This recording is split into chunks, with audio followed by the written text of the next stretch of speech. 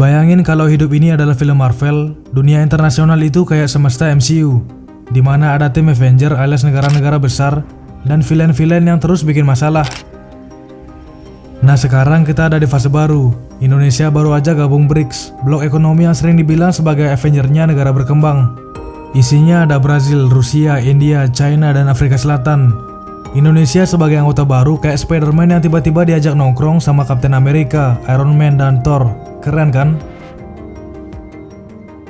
Tapi tunggu dulu, post credit scene-nya kali ini agak serem.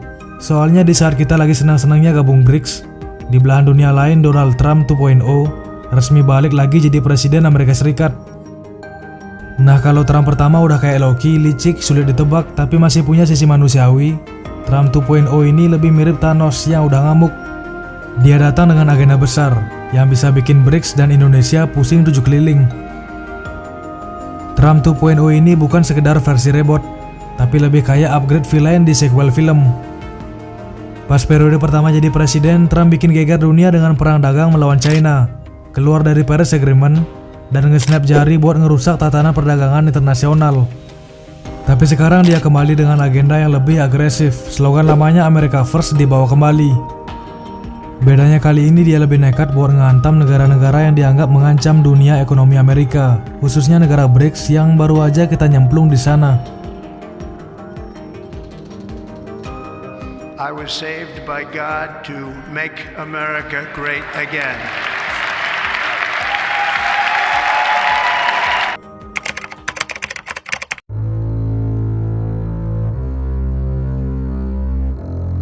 Donald Trump, si mantan presiden Amerika Serikat yang terkenal dengan slogan America First, sekarang beneran jadi presiden lagi di tahun 2025 ini.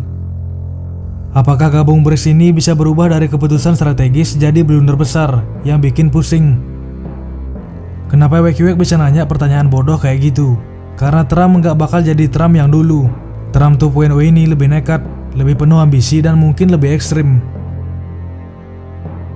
Kalau periode pertamanya kita lihat dia perang dagang sama China, keluar dari berbagai perjanjian internasional kayak Trans-Pacific Partnership, dan bikin banyak negara kelimpungan karena kebijakan ekonomi proteksinya. Kali ini dia mau naik level. Contohnya dia udah berencana bikin kebijakan tarif impor besar-besaran buat negara-negara yang dianggap merugikan Amerika. Dan siapa aja yang masuk daftar itu? Yap, anggota BRICS, termasuk kita yang baru aja nyemplung. Bayangin aja Trump udah terang-terangan bilang dia bakal ngenain tarif 100% buat produk dari negara-negara yang dianggap mengancam dominasi ekonomi Amerika Serikat. Kalau kita gabung BRICS dan BRICS memang punya agenda besar buat melawan dominasi dolar Amerika Serikat, maka Trump bakal nganggap kita sebagai salah satu musuh potensial. Dan ini masalah besar buat kita, terutama karena hubungan dagang Indonesia dan Amerika Serikat itu sebenarnya sangat signifikan. Sekarang mari kita lihat dampaknya kalau Trump beneran ngelakuin ini. Nah, ekspor kita ke Amerika Serikat salah satu yang terbesar.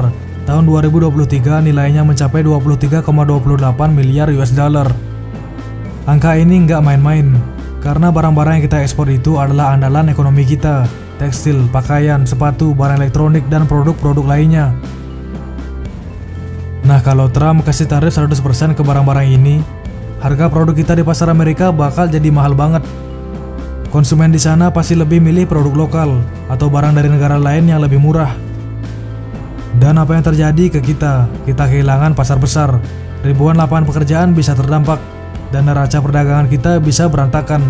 My message to every business in the world is very simple. Come make your product in America and we will give you among the lowest taxes of any nation on earth.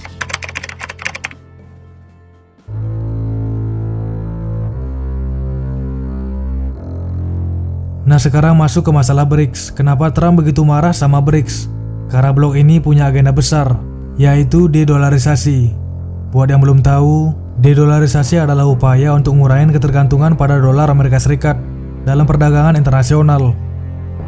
Kalau biasanya transaksi antar negara terutama yang besar-besar pakai dolar, BRICS pengen ganti dengan mata uang lokal atau bahkan bikin mata uang baru yang jadi tandingan dolar. Di atas kertas ini kelihatan masuk akal. Negara-negara BRICS terutama Cina dan Rusia memang punya alasan kuat buat ninggalin dolar. Rusia lagi dihantam sanksi barat karena perang Ukraina, jadi mereka butuh alternatif biar ekonominya tetap jalan. Cina di sisi lain udah lama jadi pesaing utama Amerika Serikat dalam hal ekonomi. Jadi mereka juga nggak mau terlalu bergantung pada dolar. Tapi buat kita anak bawang yang baru banget masuk tim Avenger ini, apakah ini relevan? Jawabannya belum tentu. Masalahnya sebagian besar mitra dagang utama Indonesia termasuk Amerika Serikat masih pakai dolar sebagai mata uang utama. Nah, kalau kita ikut-ikutan agenda dedolarisasi ini, bisa-bisa hubungan kita sama Amerika Serikat jadi memanas. Tapi kalau kita nggak ikut, negara-negara BRICS bakal nganggap kita nggak serius jadi anggota. Kita jadi kayak anak baru di geng populer yang malah bikin dua pihak saling curiga.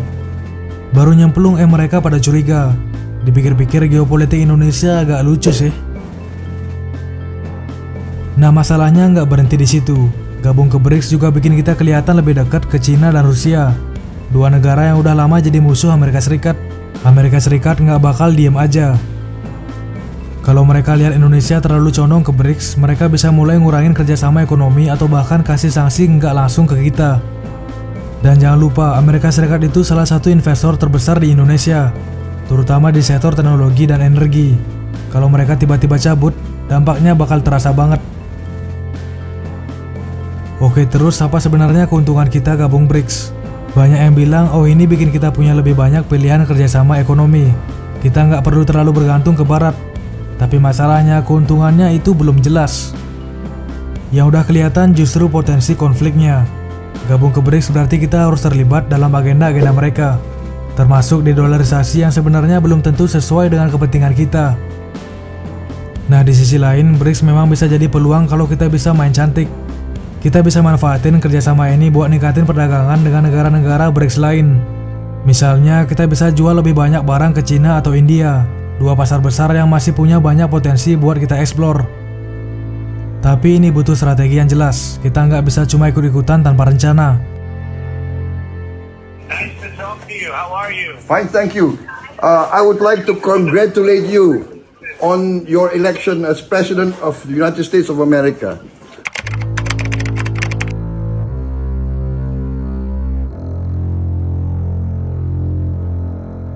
Nah, sekarang balik lagi ke skenario Trump 2.0.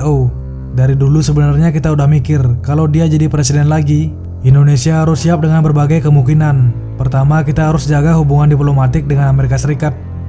Sayangnya posisi duta besar kita di Amerika Serikat sekarang kosong, dan ini jadi masalah besar.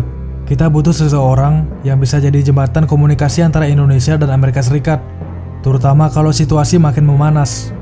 Walaupun saat ini posisi duta besar Indonesia untuk Amerika Serikat untuk sementara masih dipegang kuasa hukum AD Interim Sade Bimantara, dan menanggapi isu kosongnya posisi itu, juru bicara Kementerian Luar Negeri Roy Sumirat menyebut pencalonan duta besar merupakan hak prerogatif presiden. Kedua, kita harus mulai diversifikasi pasar ekspor. Jangan cuma bergantung ke Amerika Serikat. Kita perlu cari pasar-pasar baru, terutama di negara-negara yang punya potensi besar untuk produk kita. Misalnya Afrika, Timur Tengah, atau bahkan negara-negara kecil di Eropa yang selama ini belum terlalu kita garap. Ketiga, kita harus fokus ke sektor-sektor yang punya nilai tambah tinggi. Misalnya industri kendaraan listrik dan baterai. Indonesia punya cadangan nikel terbesar di dunia, dan ini bisa jadi senjata utama kita buat bersaing di pasar global. Kalau kita bisa mengembangkan industri ini dengan baik, kita nggak perlu terlalu khawatir dengan ancaman tarif dari Amerika Serikat. Terakhir, kita harus punya sikap yang jelas soal BRICS. Kita nggak bisa cuma ikut-ikutan tanpa tujuan. Kalau memang agenda BRICS sesuai dengan kepentingan nasional kita harus dukung. Tapi kalau nggak, kita harus berani bilang tidak. Bahkan kalau itu berarti kita jadi kurang populer di dalam blok tersebut. Gabung ke BRICS memang bikin kita terlihat lebih aktif di panggung internasional.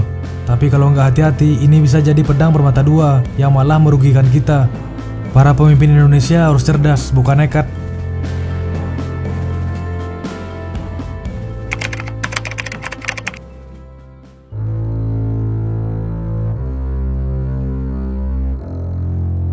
Jadi apa kesimpulannya?